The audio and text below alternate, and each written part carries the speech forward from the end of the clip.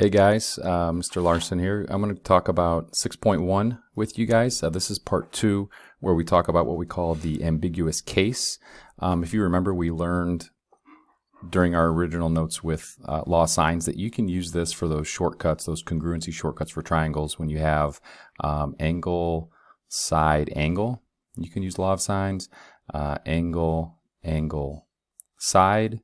You can use law of signs.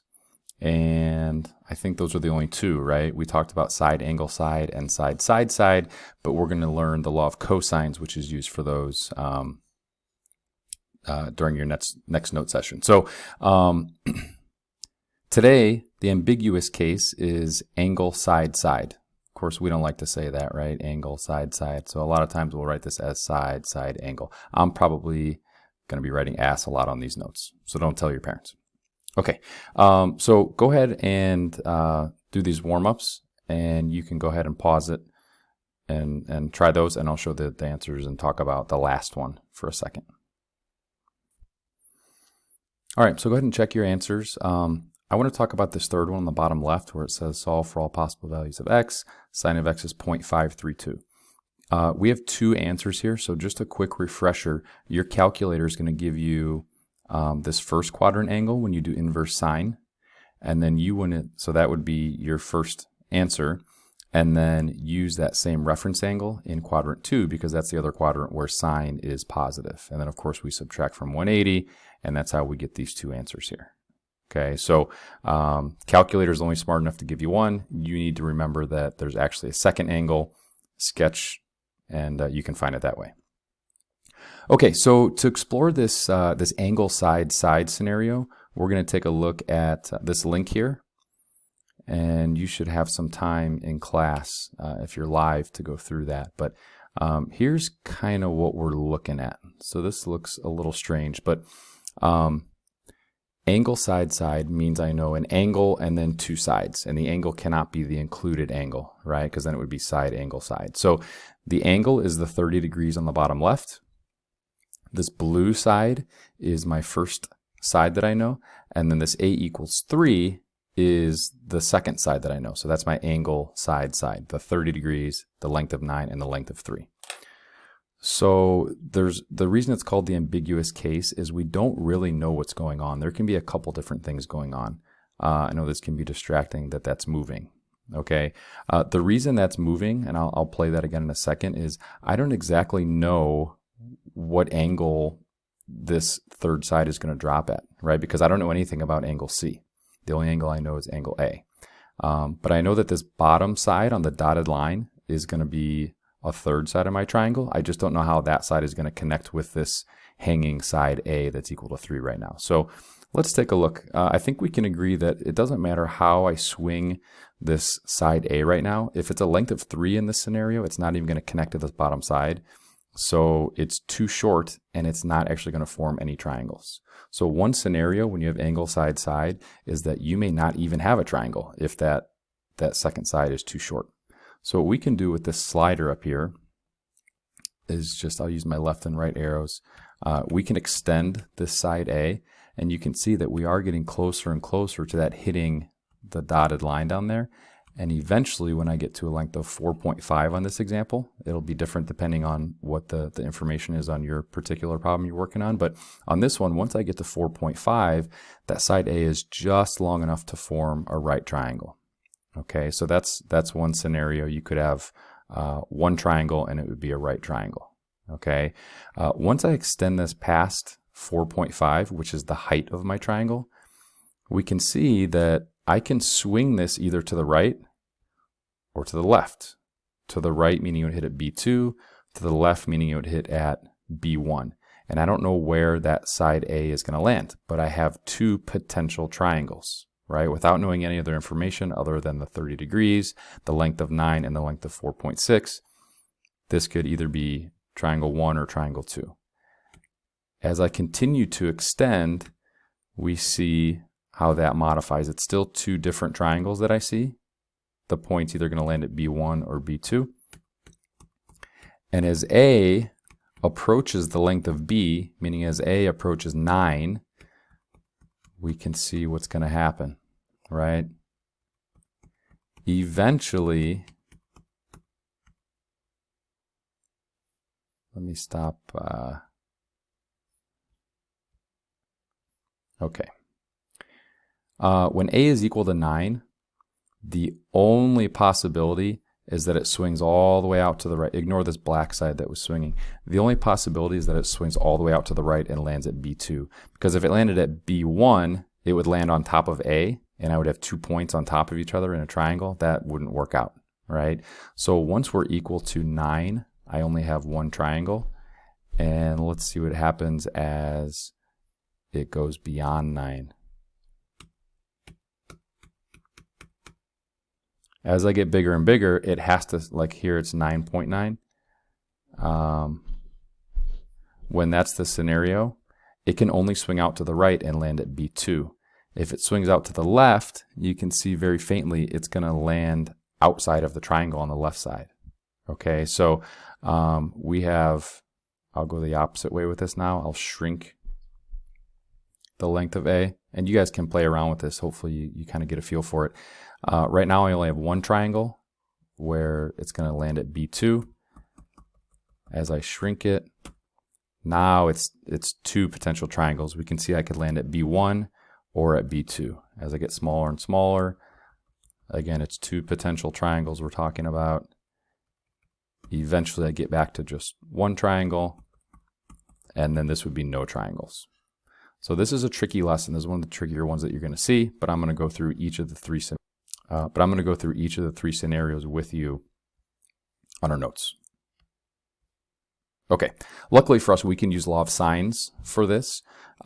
So it's kind of review the skills that we need. We already have, we learned them last time. So you can see this here, I have these asterisks. Okay, when we're presented with angle side side, okay, we need to do some work to determine if we can form 1 triangle, 2 triangles, or 0 triangles. The process I outline, I would highly recommend that you guys do every time you have one of these scenarios. And it starts with sketching a picture. So for example 1, spoiler alert, this will be 0 triangles. Okay, so let's sketch triangle ABC. I always draw my triangles the same way. They're very rarely going to be accurate with what it would really look like, but that's okay. So measure of angle A is 30 degrees. Side A is equal to 2. Side B is equal to 6. Right away I can see, oh, this is angle side side, right? Angle side side. So I'm going to note that this is angle side side, and I'm going to sketch 2 triangles because there's always a possibility that I'm going to need 2. So let's go ahead and sketch a second one. That was a really bad sketch. That's okay. A, B, C. Same information is going to hold true. Actually, I'm going to call this A prime, B prime, C prime, meaning it's actually a different triangle. And we'll label the same pieces. Okay, so in order to use the law of sines, if you don't remember, like, oh, I can use it for angle side angle, or angle angle side, or angle side side, just remember you have to know 3 pieces of information, and 2 of them need to be opposite of each other. This does satisfy that, so I can go ahead and set up my law of sines equation. So sine of 30 degrees over 2 equals, and then I have to do over 6, and this would be the sine of B. If I multiply by 6, I get the sine of B is equal to 6 times the sine of 30 over 2. Taking the inverse sine, I should get B is equal to inverse sine of that fraction. So 6 sine of 30 over 2. Get my calculator out.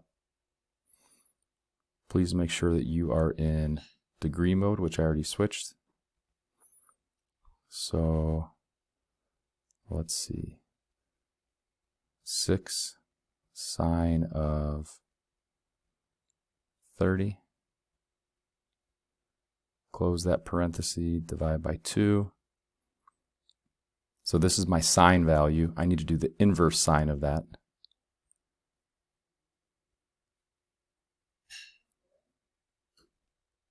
That's giving me an error. When you get an error like this, that means that there is no triangle. Okay, so that's a pretty easy way to tell. By the way, we should have known that already. This 1.5 is a sine value.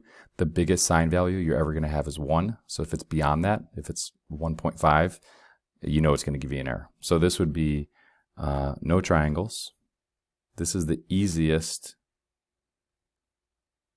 I don't need this one. I don't need that one. That's the easiest one to do, right? It takes the least amount of time. Okay, spoiler alert, this one will be one triangle. But before we know that, like if you were solving this initially, you wouldn't know that. So let's sketch ABC. 30 degrees, 8, and 6. I notice right away, oh, this is angle, side, side. So I'm going to sketch a second triangle in case I need it. Sometimes you will. We'll call it A prime, B prime, C prime. And let's see.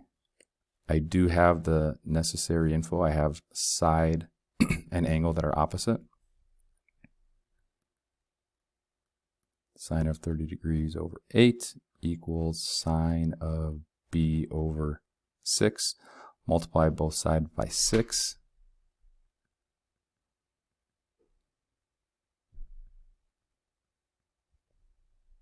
And then inverse sine both sides.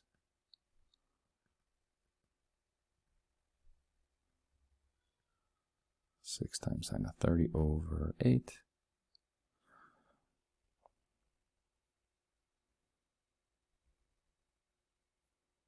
So I'm going to do inverse sine from the very beginning. Some of you guys might want to do the fraction first and then do inverse sine of the answer. But we don't need to. We can do it this way. Just be careful with parentheses. And we get 22.02. So that's good. So I know that angle B equals 22.02 degrees. Okay. All right. So I'm going to sketch that in here.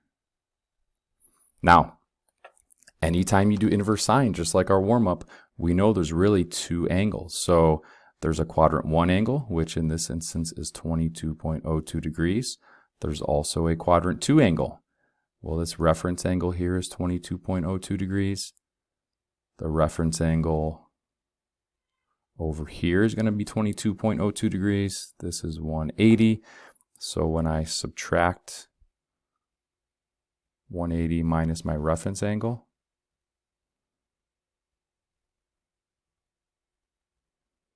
I get 157.98. 157.98. So this is angle B. This other one, that's a 157, is B prime. So B prime down here, I didn't mark this in, let's see, 6, 8. B prime is going to be 157.98. Okay, so let's keep solving. Now I'm going to solve both triangles. Okay, so when I solve the first one, I can subtract from 180, and I think we're going to get angle C equals 137.98. Oops, I'm sorry. I think it was 127.98.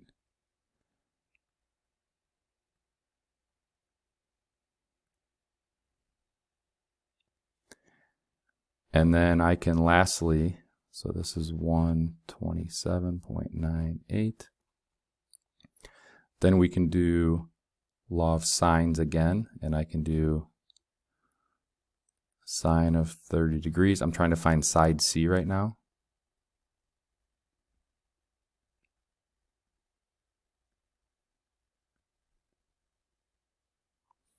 And we are going to get C. I won't show all the work on that. C is going to equal 12.61.